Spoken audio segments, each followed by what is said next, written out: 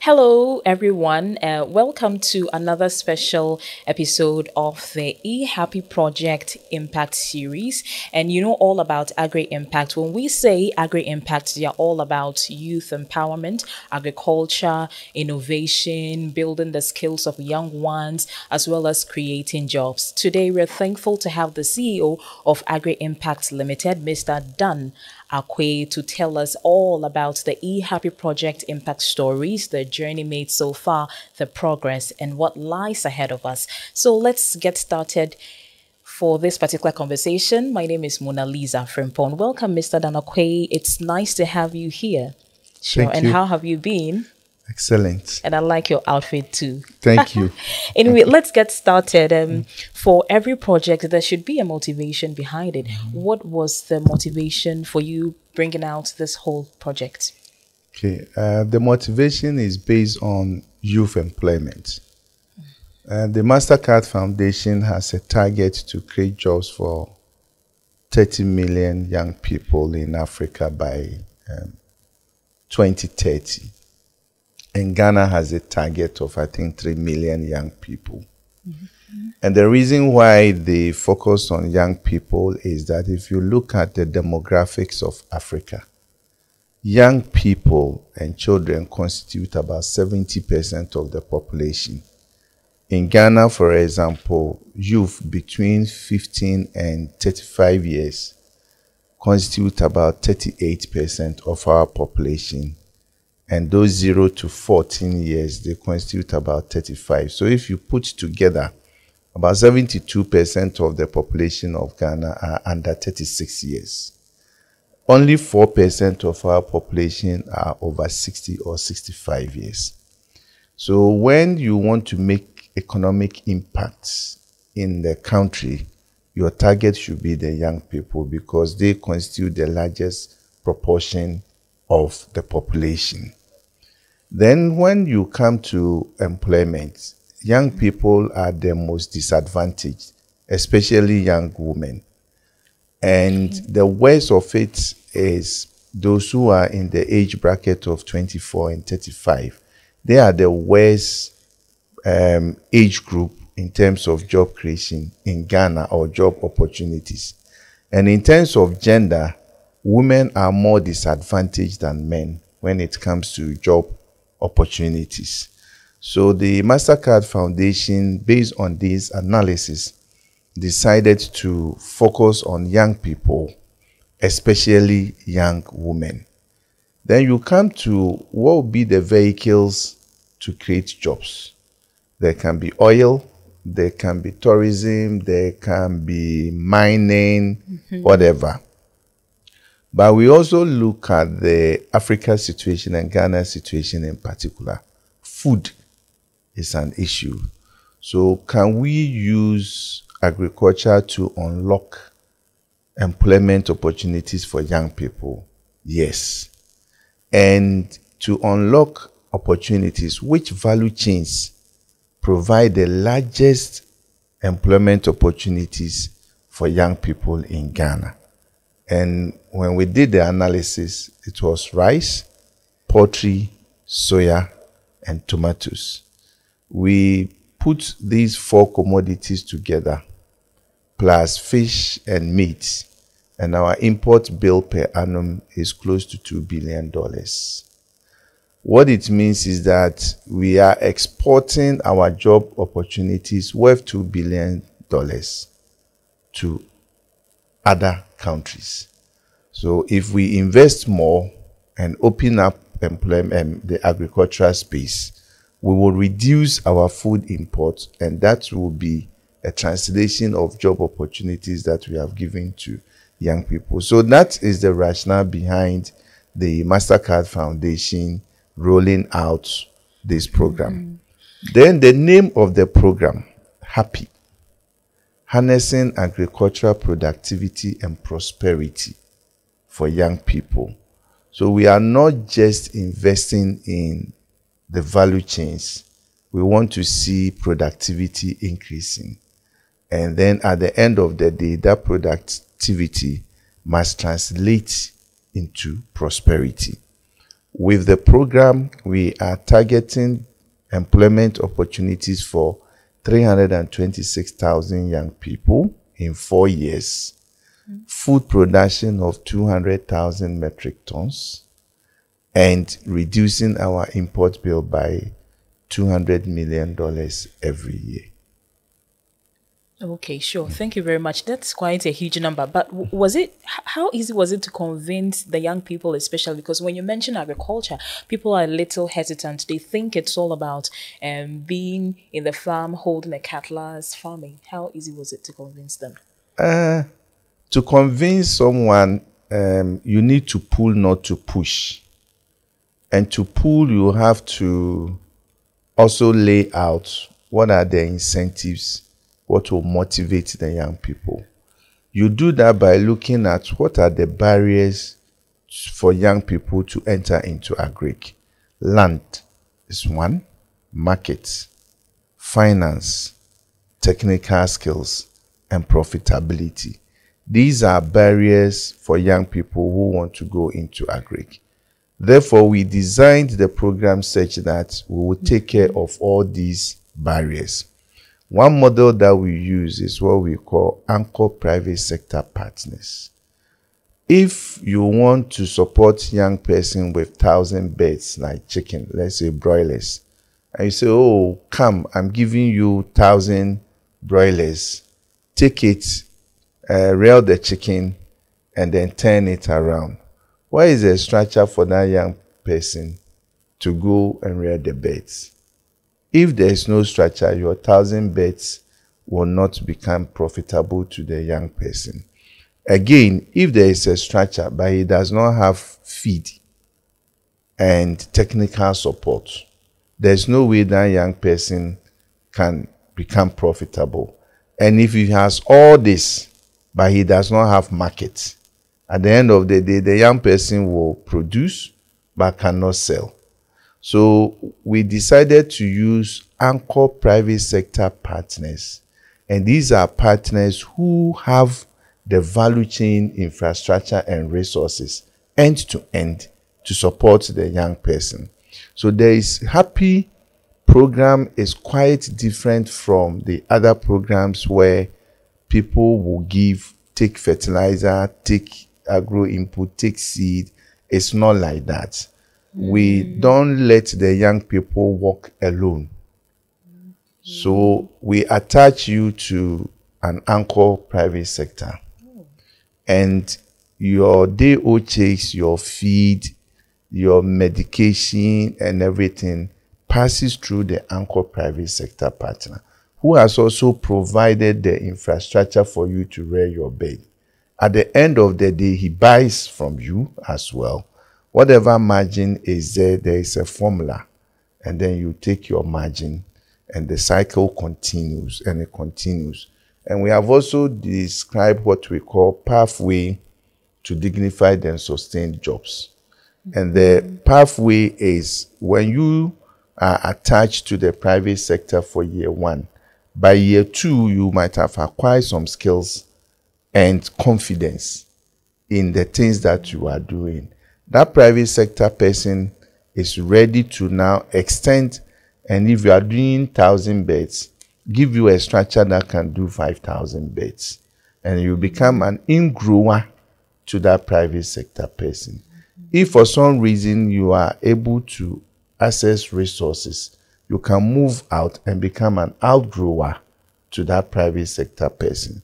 So there will be a processor, there will be a producer, and there's a market. And that's how we have designed our program. It's the same thing for rice. You go and there is irrigated land. So as a young person, you have access to irrigated land. There's a private sector anchor partner there who will train you, get you the agro input, get you the seeds. You do the production. He has the tractor services. There are some drone services as well. And at the end of the day, he's an off-taker, and he will off-take from you. So that's how the model has been designed. And all the value chains we are talking about, we never enter or start any of the programs without an anchor private sector partner. Okay, sure. Thank you very much. Well, that's interesting to hear. There's also, okay, when you talk about the Happy Project, we know that we have three, is it Agripreneur, Co-Fed, and I think recently I saw Dronepreneur, and I was like, hey, wow. So even teaching people how to fly drones. Could you tell us all about it? Let's start with the Agripreneur. Okay, then let me go to eHappy. Okay, no problem. The essence of having eHappy is the fact that agriculture is suffering from the benefits of the digital space. The arts industry has benefited. Social media is TikTok, a lot of art-related things. Finance, Momo, electronic transfer has benefited. Aviation is benefiting a lot. Architecture is benefiting a lot from digital technologies. Agriculture is not at the scale of maximizing digital technologies. And that is the essence of we introducing eHappy. We also have young people who have a lot of interest in digital technologies. So if you want to do agric, to bring them young people into it, and you take digital technology out, then there's a mismatch. Then we realize that fortunately, KNUST has the best infrastructure in the country to roll out a digital technology solutions for agriculture. And that was the motivation for us. And not only the infrastructure, but the people who are committed to tag along with the transformation of change, creating more opportunities for young people. We also found them here. If we come to the digital space, if we take drone, for example, the drone market size for agricultural service alone is over $3 billion per annum. That is more than the export earnings that we get from the total production of cocoa in Ghana. Last year, I don't know, we used to get $2 billion per annum from cocoa. If we got $1.5 billion and the drone service market alone is $3 billion, then that is twice what we earn from cocoa every year. I checked, and the market opportunities or the market size for remote sensing in agric alone is $1.8 billion per annum, and it is projected to reach $3.2 billion by 2030. What is the share of Africa? And specifically, what is the share of Ghana in these technologies, providing services in agric? We can only do that through eHappy, and we also with KNUST. So our motivation to partner KNUST and introducing eHappy is not just to provide menial skills for young people, but we want to tap into the talents of our young people to bring transformation in the space that we operate, which is agriculture. So we are not doing just top up. We want people who will see agriculture as a big business space and use technology, agricultural technology, digital technologies to establish enterprises in these areas. That is key to us. Establish enterprises in these areas. If you come to e-agripreneurs, how many people today are using digital solutions to provide extension services to both urban and rural areas? If you look at our population census, 60% of our young people are living in urban areas. 60% of our young people are living in urban areas. There is also urban agriculture. How do we use technologies? People establishing their own enterprises, employing other young people. I would be happy to see someone who will come through a happy program, establish an enterprise, employing more than 200 people at a go. That is the happiness.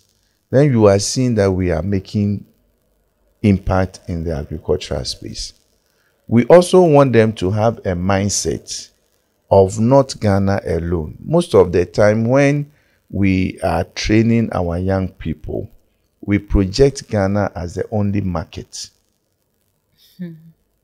If India decided to focus only India as the market, how would they have built an infrastructure where a lot of digital data collection and analysis from US and other countries are all done? Even call centers, when you call, you get somebody from India who is responding and you are in Ghana.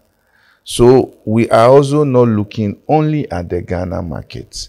How will KNUST Happy e-learning program extend and impact on other African countries, taking advantage of the gap and building ourselves to have our enterprises that will provide services to all other African countries? That should be the goal. We are not interested in hand to mouth. That is not the idea of Happy program. It is not a hand to mouth program. It is bringing hope to young people, and not a hope of moving from 1 to 2, but a hope of moving from 1 to 10. And that's the essence of we having eHappy. Okay, sure. And then this just occurred to me. You wanting the beneficiaries to go global. You've heard about the African Continental Free Trade, where we have lots of businesses in Ghana say that they are not able to trade across regions because they don't really have people.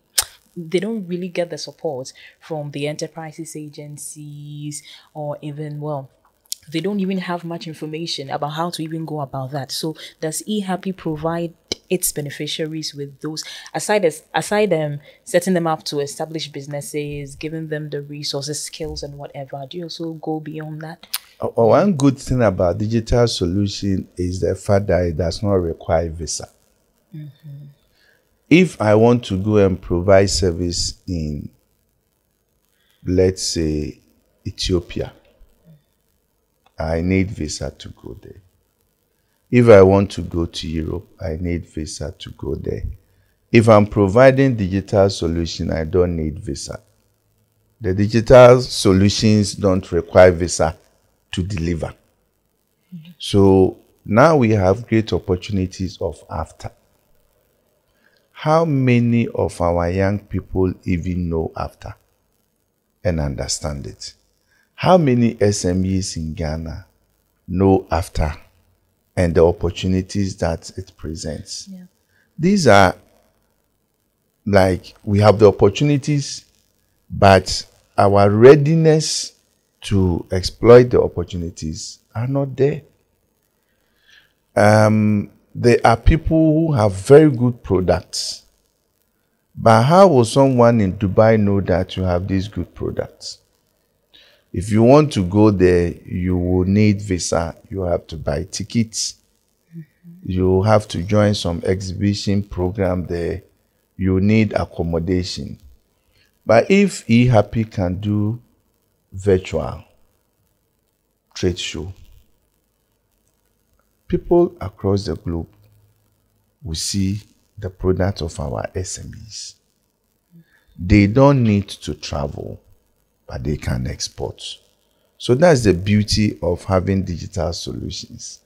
Sure. And if our institutions such as the Ghana Export Promotion Authority, Development Bank of Ghana, Ghana Exim Bank, Federation of Association of Ghanaian Exporters, Ghana Association of Industries, if or Association of Ghana Industry, if all these institutions are aware of the facilities and the resources of the e-learning center, I'm sure they will have to take advantage of it.